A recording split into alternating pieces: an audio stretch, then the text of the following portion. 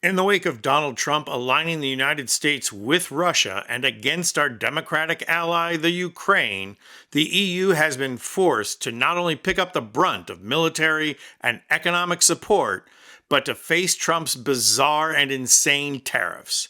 Trump's willingness to be Putin's puppet has forced the EU to band together and confront Putin on their own. And no small part of repelling Russia is dealing with Russia's disinformation campaigns against EU nations. Russian stooge and vodka expert Pete Hegseth has already ordered the US to stand down against Russian cyber warfare, but the EU is taking it seriously. As a result, they invited U.S. disinformation expert Nina Jankowicz to talk to them and tell them what they are up against, and what she said was an absolute bombshell. I'm going to show a series of clips of what she said, so stick around to the end because it will blow your doors off. Keep in mind that European countries have direct experience with Russian disinformation campaigns. Long after the disastrous Brexit vote, the UK discovered that Russia had indeed interfered in the election. So Jankowicz began by telling the EU what they are up against in their desire to preserve and promote EU unity and democracy. She started with Russian oligarchs. Watch this.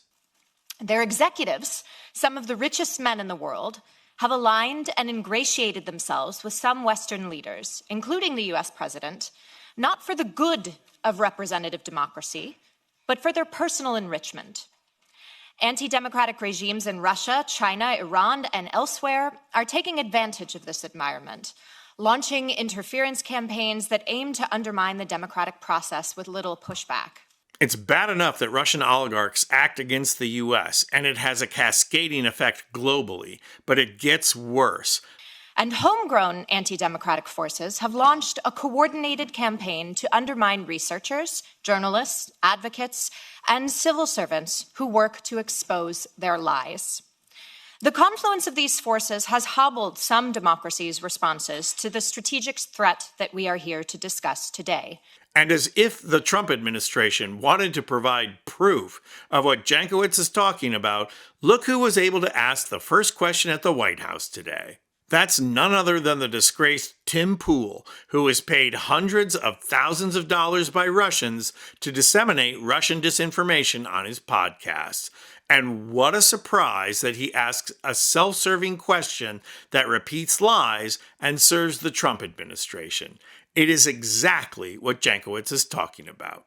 Jankowicz goes on to expose how readily the Trump administration is working with these efforts. Watch. Just last week, in the United States, Secretary of State Marco Rubio gleefully announced he was obliterating the office tasked with tracking and responding to foreign information manipulation and interference.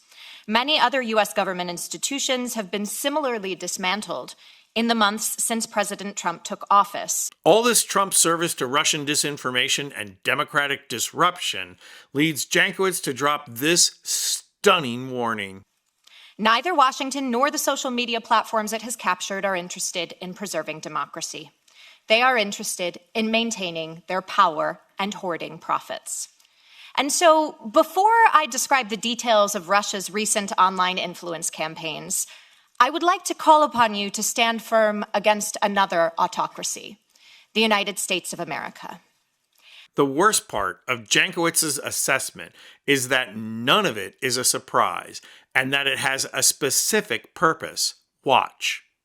The Trump administration is undoubtedly preparing a pressure campaign to force EU institutions to roll back regulation like the DSA, to end support for Ukraine, to stop holding Russia to account.